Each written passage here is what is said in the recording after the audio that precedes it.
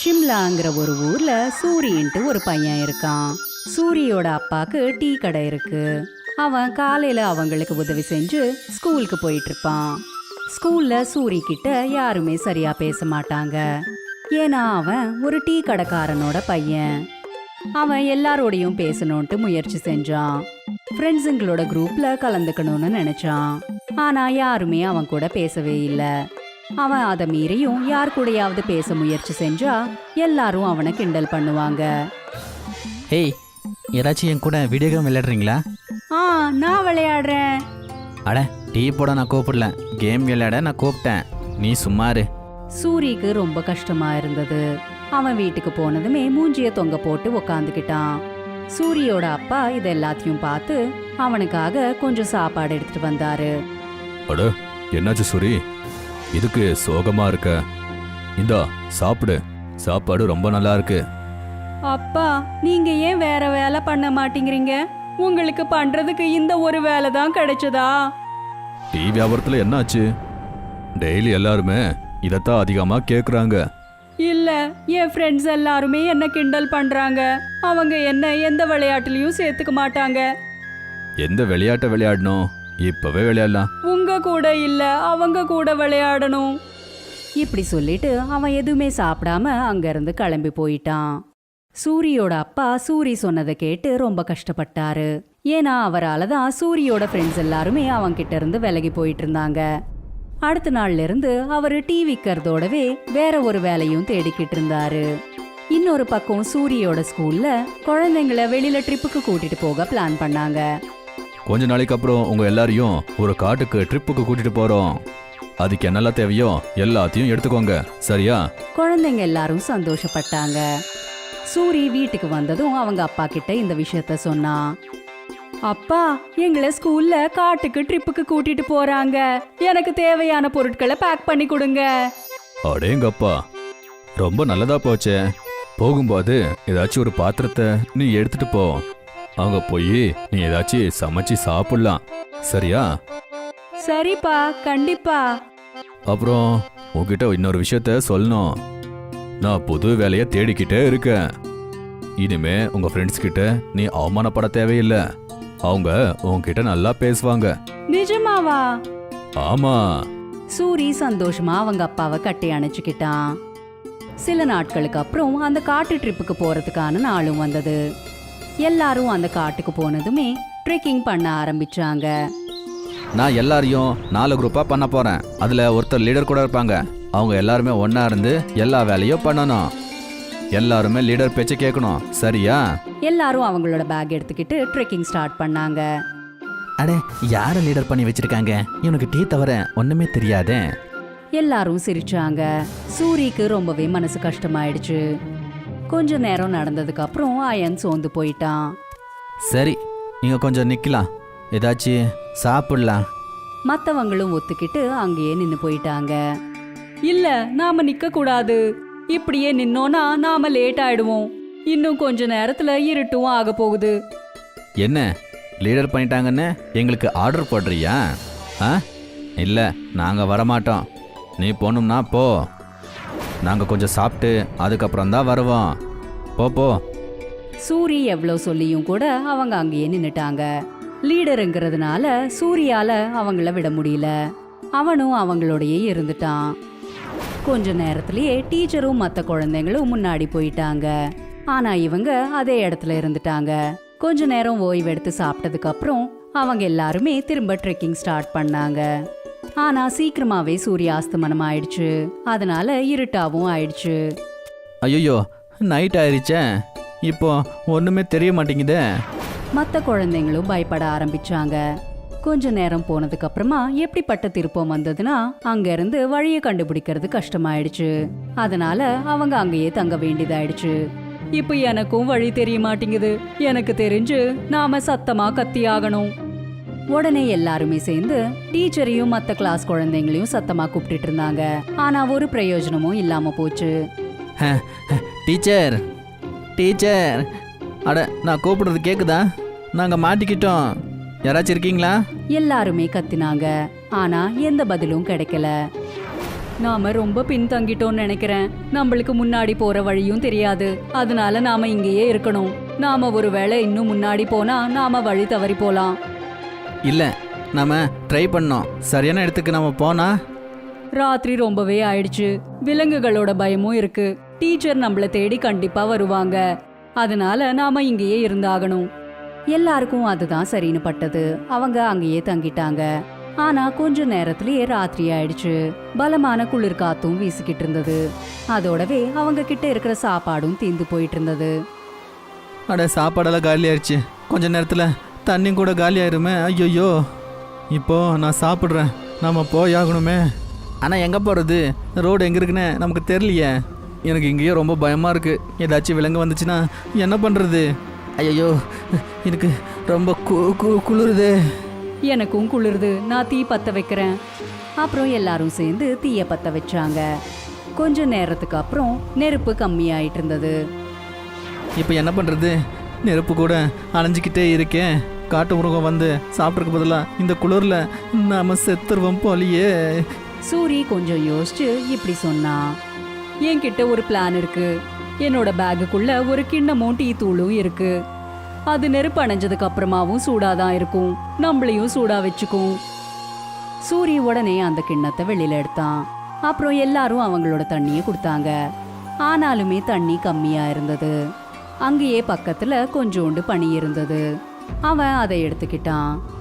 அந்த பிளாக் டீயை செஞ்சு முடிச்சதுமே அவங்க பத்த வச்ச நெருப்பும் அணைஞ்சிடுச்சு. அதை குடிச்சதுக்கு அப்புறம் எல்லாருக்குமே நல்லா இருந்தது. எல்லாரும் அவனை பாராட்டவும் செஞ்சாங்க. ஆனா அயன் மட்டும் எதுவுமே பேசாம டீயை குடிச்சுக்கிட்டு இருந்தான். கொஞ்ச நேரத்துக்கு அப்புறம் அவங்களுக்கு இலைகளோட சத்தம் கேட்டது. எல்லாருமே பயந்து போய் பின்னாடி இருக்கிற மரத்தை பார்த்தாங்க. அது கடைசியில பார்த்தா அவங்களோட டீச்சர் தான். எல்லாருமே நிம்மதி பெருமூச்சை விட்டாங்க. கேம்புக்கு வந்ததுக்கு அப்புறம் டீச்சர் அவங்கள எல்லாரையும் புகழ்ந்து பேசிட்டு இருக்கும்போது, அவங்க எல்லாரும் இப்படி பாதுகாப்பா இருக்கிறதுக்கான காரணம் சூரிதான்ட்டு அயன் சொன்னான். அயன் இப்படி சொன்னதை கேட்டு சூரி ரொம்ப சந்தோஷப்பட்டான். சூரியோட புத்திசாலித்தனத்தை பத்தி கேட்டு எல்லாரும் அவன் கிட்ட நட்பா இருக்க நினைச்சாங்க. சூரிக்கு மட்டும் டீ பண்ண தெரியாம இருந்திருந்தா இன்னைக்கு அந்த குழந்தைங்க அவனுக்கு ஃப்ரெண்ட்ஸா இருந்திருக்க மாட்டாங்க. இன்னைக்கு முதல் தடவையா அவன் ஒரு டீ காரனா இருந்ததுக்கு பெருமைப்பட்டான். அடுத்த நாள் ரொம்பவே சந்தோஷமா அவன் தன்னோட அப்பா கிட்ட போய் நடந்ததை எல்லாத்தையும் அவங்க கிட்ட சொன்னான். அட, ரொம்ப நல்லதா போச்சு. உனக்கு ஒரு நல்ல செய்தி. நான் இன்னொரு வேலைய தேடிட்டேன். சூரி இத கேட்டு ரொம்பவே ஷாக் ஆயிட்டு வருத்தப்பட்டுட்டு இருந்தான்.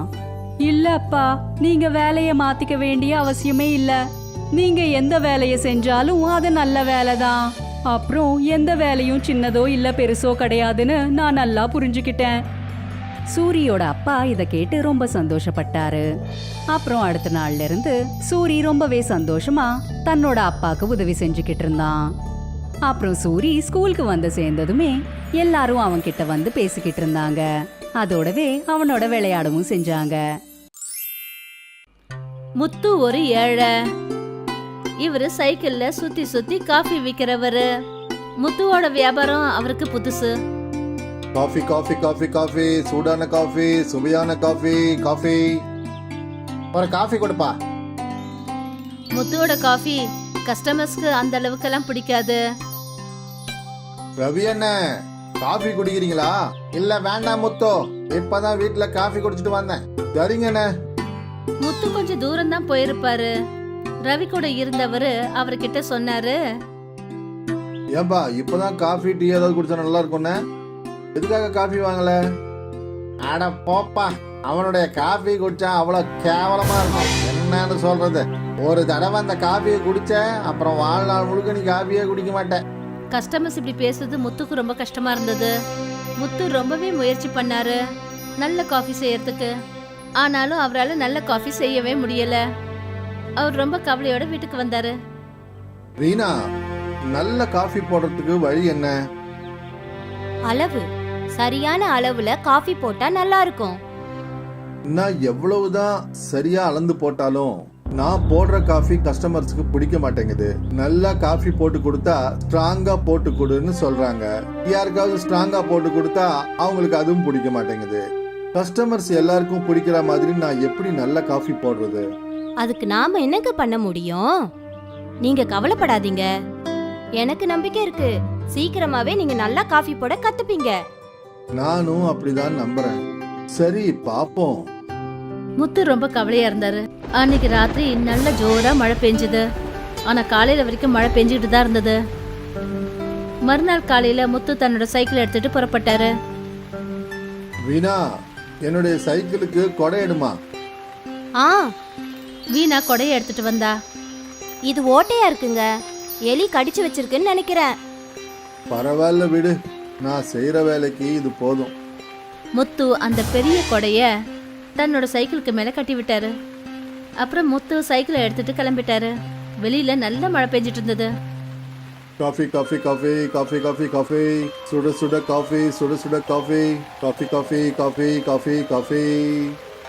மழைனால ரோட்ல கம்மியான பேர் தான் இருந்தாங்க. பேசாம பஸ் ஸ்டாப் கிட்ட போவோம். அங்க யாராவது நிச்சயமா என்னுடைய காஃபியை வாங்குவாங்க. முத்து பஸ் ஸ்டாப் கிட்ட போனாரு. அங்க நிறைய பேர் கொடையை வச்சுட்டு நின்னுட்டு இருந்தாங்க. Coffee coffee coffee coffee coffee coffee, சுட சுட காஃபி, சுட சுட coffee, coffee coffee coffee coffee coffee. அங்கதான் அவரு ரவிய பார்த்தாரு. ரவிக்கு மழைனால ரொம்ப குளிரா இருந்தது. இவ்வளோ குளிருது, பேசாம ஒரு காஃபி குடிப்போம். இவனுடைய காஃபி டேஸ்ட் நல்லா தான் இருக்காது, ஆனா நிச்சயமா சூடா இருக்கும். ஏம்பா முத்து, ஒரு காஃபி கொடு. முத்து ரொம்ப சந்தோஷப்பட்டு ரவிக்காக ஒரு காஃபி போட்டாரு. அப்பதான் அவரு கொடையில இருந்து ஒரு துளி தண்ணீர் அந்த கப்புல சிந்துச்சு. ரவி அந்த காஃபியை குடிச்சாரு. அடடடடடடா, என்னமா சூப்பர் காஃபி போட்டிருக்கிற முத்து. இந்த மாதிரி ஒரு காஃபியை நான் வாழ்க்கையில குடிச்சதே இல்ல. நிஜமாவா? ஆமா, நிஜமா தான் சொல்றேன். உண்மையிலேயே அற்புதமா இருந்ததுப்பா. ரவி அந்த காஃபியை ருசிச்சு ருசிச்சு குடிச்சாரு. முத்து, இன்னொரு கப்பு காஃபியை கூட. சரிண்ணே. முத்து அவருக்கு இன்னொரு கப் காஃபி கொடுத்தாரு. அக்கம் பக்கத்துல நின்றுட்டு இருந்தவங்க எல்லாம் முத்து கிட்ட காஃபி குடிக்க வந்தாங்க. எனக்கும் ஒரு காஃபி கொடுங்க. எனக்கும் தான். எனக்கும் ஒண்ணு கொடுப்பா. உன் காஃபில அப்படி என்னதான் இருக்குன்னு நானும் தான் பாக்குறேனே. எல்லாருக்கும் கொடுக்கறேன். முத்து ஒருத்தர் ஒருத்தரா எல்லா கஸ்டமர்ஸ்க்கும் காஃபி கொடுத்தாரு. எல்லாரோட காஃபிலையும் கொடையில இருந்து ஒரு துளி தண்ணி அந்த கப்புல கொட்டுச்சு. அப்புறம் கஸ்டமர்ஸுங்களுக்கு காஃபி ரொம்பவே பிடிச்சு போச்சு. வா வா, அற்புதம். இந்த மாதிரி காஃபியை நான் இது வரைக்கும் குடிச்சதே இல்லை. ஆமா உண்மைதான். எல்லாருக்கும் காஃபியோட டேஸ்ட் ரொம்ப பிடிச்சு போச்சு. முத்துவுக்கு அதிர்ச்சி ஆயிடுச்சு. இது நாள் வரைக்கும் நான் போடுற காஃபி யாருக்குமே பிடிக்காது. திடீர்னு இந்த அதிசயம் எப்படி நடந்தது?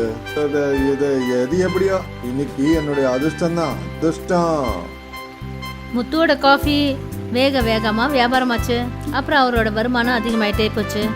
இன்னைக்கு பஸ் ஸ்டாப்லயே 120 கப் காஃபி வித்து போச்சு. அப்புறம் அவர் கொண்டு வந்தது எல்லாமே முடிஞ்சு போச்சு. அவர் கடவுளுக்கு நன்றியை சொல்லிட்டு தன்னோட வீடை நோக்கி போனாரு. வீணா, வீணா, இன்னைக்கு உண்மையிலேயே பெரிய அற்புதம் நடந்துச்சு. என்ன ஆச்சு? இன்னைக்கு கஸ்டமர்ஸ்க்கு என்னுடைய காஃபி அவ்வளவு பிடிச்சு போச்சு. உடனுக்குடனே வித்து போச்சு. 1 மணி நேரத்துல 120 கப் காஃபி வித்து இருக்கு. அப்படியா? அட, விஷயம் தெரியுமா? ஒவ்வொரு கஸ்டமருக்கும் நான் போட்ட காஃபி பிடிச்சிருந்தது. சில பேரு முன்ன விட அதிகமா காஃபி குடிச்சாங்க. அப்புறம் எல்லாருமே பாராட்டினாங்க. நான் தான் சொன்னேன்ல. இது உண்மையிலேயே பெரிய அற்புதமான விஷயம்தான். நல்லதுங்க. வீணாவுக்கும் ரொம்ப அதிர்ச்சியா இருந்தது இதெல்லாம் எப்படி திடீர்னு நடந்துச்சுன்னு. ஆனாலும் அவ சந்தோஷமா இருந்தா. மறுநாளும் மழை பெஞ்சிட்டு இருந்தது. முத்து தன்னோட கிழிஞ்சு போன கொடைக்கு கீழே காஃபியை வித்துட்டு இருந்தாரு. கொடையில இருந்து சில தண்ணீர் துளிகள் அந்த காஃபி மேல கொட்டுச்சு. இது ரொம்ப நல்ல காஃபிங்க. ரொம்ப நன்றிங்க. இன்னைக்கும் முத்துவோட காஃபி படு சூப்பரா வித்துட்டு இருந்தது. முத்துவுக்கு நல்ல வருமானம் வந்துகிட்டு இருந்தது. இன்னைக்கு 3வது நாள். அப்புறம் மழை நின்னு போச்சு. முத்து கொடைய மடக்கி வச்சுட்டாரு. Coffee coffee coffee coffee coffee coffee, சுட சுட காஃபி, சுட சுட காஃபி. ஒரு காஃபி கொடுப்பா. இன்னைக்கு இந்த கஸ்டமர் காஃபியை குடிச்ச உடனே அவரு காஃபியை துப்பிட்டாரு. இன்னைக்கு என்ன இந்த காஃபி இவ்வளவு கேவலமா இருக்கு? நீ எவ்வளவு நல்ல காஃபி போடுவ, திடீர்னு ஏன்பா இப்படி பண்ண? இத கேட்டதும் முத்து அதிர்ந்து போயிட்டாரு. அவருக்கே புரியல இங்க என்ன நடக்குதுன்னு. மற்ற கஸ்டமர்ஸுக்கும் அந்த காஃபி சுத்தமா பிடிக்கவே இல்லை. அப்புறம் திடீர்னு மழை ஆரம்பிச்சிருச்சு. அப்புறம் முத்து கொடையை ஓபன் பண்ணாரு.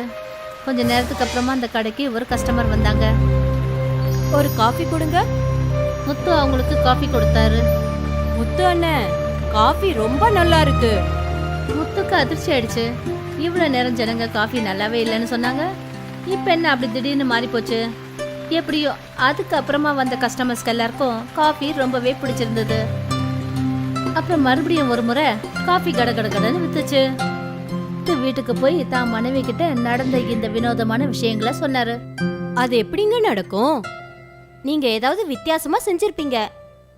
ஒரே ஒரு விஷயம்தான் வித்தியாசமா இருந்தது, அதுதான் மழை. நான் முதல்ல காஃபி போடும்போது அப்ப மழை பெய்யல. அப்புறம் நான் மறுபடியும் காஃபி போடும்போது மழை பெஞ்சது. அப்படியா? சரி வாங்க, என்னன்னு கண்டுபிடிப்போம். நீங்க வீட்டுக்குள்ள காஃபி போடுங்க. முத்து வீணாவுக்காக காஃபி போட்டாரு. அவ கையில வந்து கொடுத்தாரு. மீனா அந்த காஃபியை குடிச்சிட்டு துப்பிட்டா. சே, இந்த காஃபியே நல்லா இல்ல. உங்க கஸ்டமருங்களுக்கு இந்த மாதிரி காஃபி எப்படிங்க பிடிக்கும்? அதான் தெரியல. இப்போ ஒரு வேலை பண்ணுங்க, போய் மழையில காஃபி போடுங்க. முத்து மழையில கொடைக்கு கீழே காஃபி போட்டு இருந்தாரு. அந்த காஃபி வீணாவுக்கு பிடிச்சிருந்தது. இது அதிசயங்க. இந்த கொடையில தான் ஏதோ அதிசயம் இருக்கு.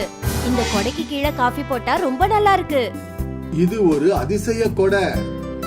முத்துவும் வீணாவும் இதுக்கெல்லாம் காரணம் இந்த கொடை தானே புரிஞ்சுக்கிட்டாங்க. அந்த நாளைக்கு அப்புறம் முத்து தினமும் அந்த அதிசய கொடைக்கு கீழே தான் காஃபி போடுவாரு. அவரு ராத்திரி பகல்னு உழைச்சு நல்லா முன்னேறிக்கிட்டு இருந்தாரு.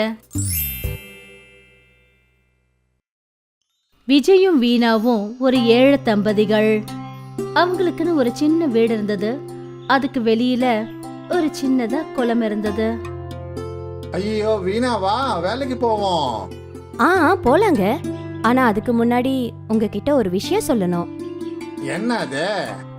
சொல்றேன். நம்ம வீட்டுக்கு ஒரு சின்ன குழந்தை வரப்போகுது. யார் அது? அது யாருன்னு தெரியாது. ஆனா அந்த குழந்தை உங்களை அப்பான்னு கூப்பிடும், என்ன அம்மான்னு கூப்பிடும். என்னது? நீ நீ நீ அம்மாவாக போறியா? அப்புறம் நான் அப்பாவா? வீணா, நான் ரொம்ப சந்தோஷமா இருக்கேம்மா. இன்னையில இருந்து நீ எங்கேயும் வேலைக்கு போகவே வேண்டாம். இல்ல 5-6 மாசம் என்னால வேலை செய்ய முடியும். ஐயோ, ஆனா நீ ஓய்வு எடுக்கிறது ரொம்ப முக்கியமாச்சே. உண்மைதாங்க, ஆனா இப்ப வேண்டாம். வயிறு தெரிய ஆரம்பிக்கும்ல, அப்ப ஓய்வு எடுத்துக்கிறேன். ஆனா ஞாபகம் வச்சுக்கம்மா, நீ ரொம்ப சுமையான வேலை எல்லாம் பார்க்க கூடாது, சரியா? நான் கவனமா இருப்பேங்க. ஆனா என்னோட வேலை காஃபி பறிக்கிறது தானங்க. அப்ப சரி. ஆனா நான் எவ்வளவு சந்தோஷமா இருக்கிறேன்னு நான் சொல்ல முடியாது. நானும் தான். விஜயும் வீணாவும் அவங்களோட வேலைக்கு போனாங்க. வீணா காஃபி தோட்டத்துல காஃபி இலைகளை பறிச்சிட்டு இருந்தா. அப்புறம் விஜய் ஒரு சேல்ஸ்மேன். அவர் இங்கேருந்து காஃபியை வாங்குவாரு. அப்புறம் கிராமமா போய் காஃபியை வித்துட்டு வருவாரு. ஏனுங்க அண்ணா, இது ரொம்ப ஃப்ரெஷ்ஷான காபி. ஒரே ஒரு முறை எங்க கம்பெனியோட காப்பியை நீங்க வாங்கினா அப்புறம் எப்பவுமே நீங்க இதை தான் குடிப்பீங்க. நீங்க இவ்வளவு சொல்றீங்கன்னா அப்ப 1/2 கிலோ காபி பவுடர் கொடுங்க. இந்தாங்க சார். நாள் முழுக்க காஃபியை வித்து விஜய் எப்படியும் சரியா பணம் சம்பாதிச்சிடுவாரு. வீணாவுக்கும் தினமும் தினக்கூலி கிடைக்கும். அப்புறம் 2 பேரும் சேர்ந்து சம்பாதிக்கிற பணத்துல அவங்க வாழ்க்கை நல்லபடியா போயிட்டு இருந்தது. அவங்க வீட்டுக்கு ஒரு குட்டி விருந்தாளி வரப்போறாங்கன்னு அவங்க 2 பேருமே ரொம்ப சந்தோஷமா இருந்தாங்க. ஐயோ மீரா, நமக்கு பொண்ணு பிறப்பானா இல்ல பையன் பிறப்பானா? உங்களுக்கு என்ன வேணும்? அது எனக்கு அழகான ஒரு குட்டி பொண்ணு வேணும். அப்படியே பார்க்க உன்ன மாதிரி இருக்கணும். எனக்கும் தான். ஆனா பையன் பிறந்தாலும் எனக்கு பரவாயில்லைங்க. பொண்ணோ பையனோ எப்படி இருந்தாலும் அது நம்ம குழந்தை தானே. ஆமா. விஜயும் வீணாவும் அவங்களோட குழந்தைக்காக காத்துட்டு இருந்தாங்க.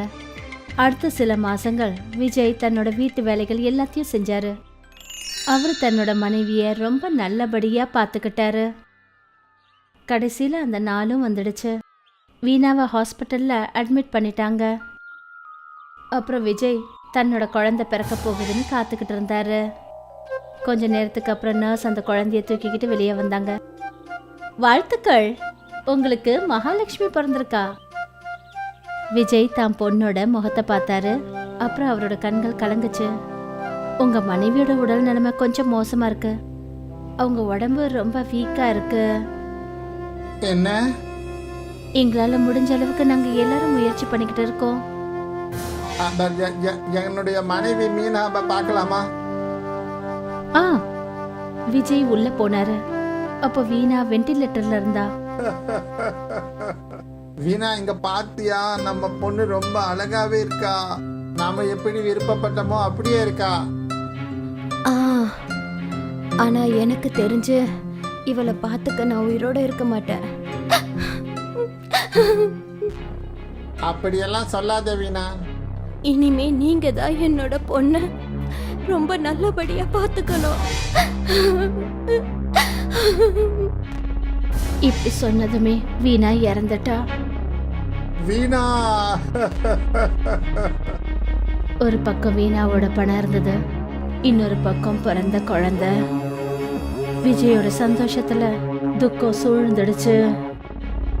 விஜய் தன்னோட மனைவிக்கு ஈமச்சடங்குகளை முடிச்சுட்டு வீட்டுக்கு திரும்பி வந்தாரு. இப்ப அவருக்கு ஒரு சின்ன உயிரை பாதுகாக்க வேண்டிய பொறுப்பு இருந்தது. உன்னுடைய அம்மா நம்ம 2 பேரையும் அனாதையா விட்டுட்டு போயிட்டா.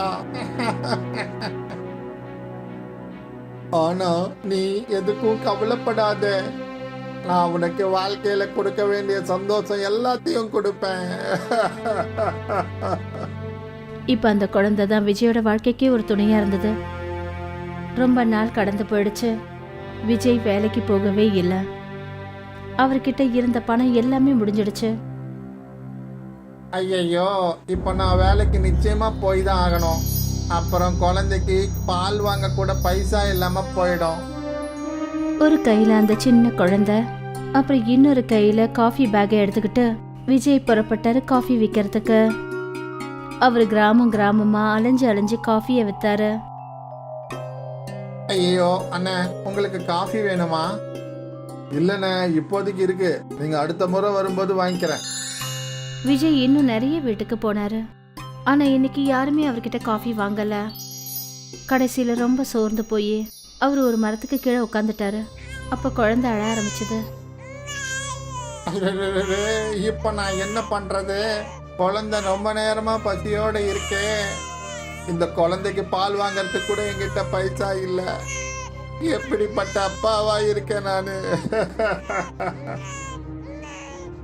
விஜயோட வேதனையை கேட்டுட்டு ஒரு தேவதை அவர்கிட்ட வந்தாங்க.